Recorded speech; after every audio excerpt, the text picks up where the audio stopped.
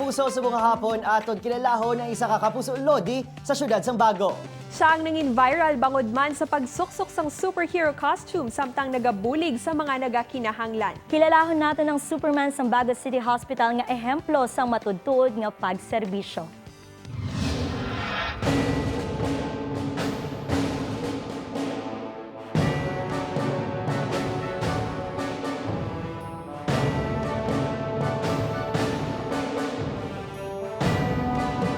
Makabiga ordinaryo nga janitor kag hospital attendant ang 43 anyos nga si Rudy Villanueva.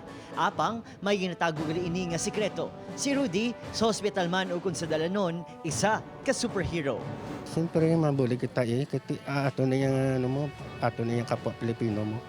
Kagasa kaya dapat yan magbinuligay para sa isa't isa. Bata pa lang ini inaluyagan na nga ilugo ng iya paborito nga superhero. Subong, halin sa sapatos, kapa kag ang iya pamatay nga piluka. Si Rudy, super na, hero pa.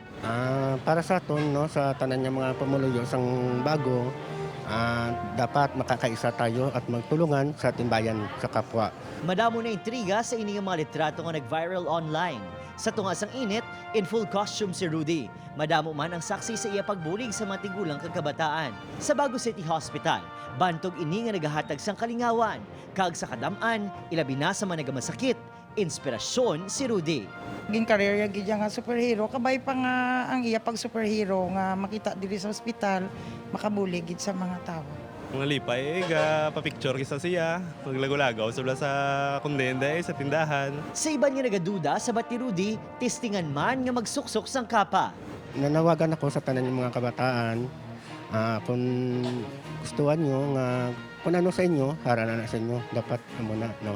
Kagkita ya, kung nanamian ka mo, depende na sa inyo kung ano gusto nyo nga mag-superhero ka mo. Anong nakatuig nga bulag sa asawa, kagang kamatayon sang iya iloy ang iya sini adlaw-adlaw nga ginapakig batuan. Butang nga sa kada suksok sang kapa nga pula, mga problema malimtan.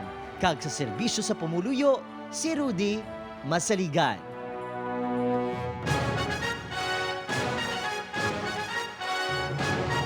Kaupo si Reynald Castillo, Adrian Prietos, para sa One Western Visayas.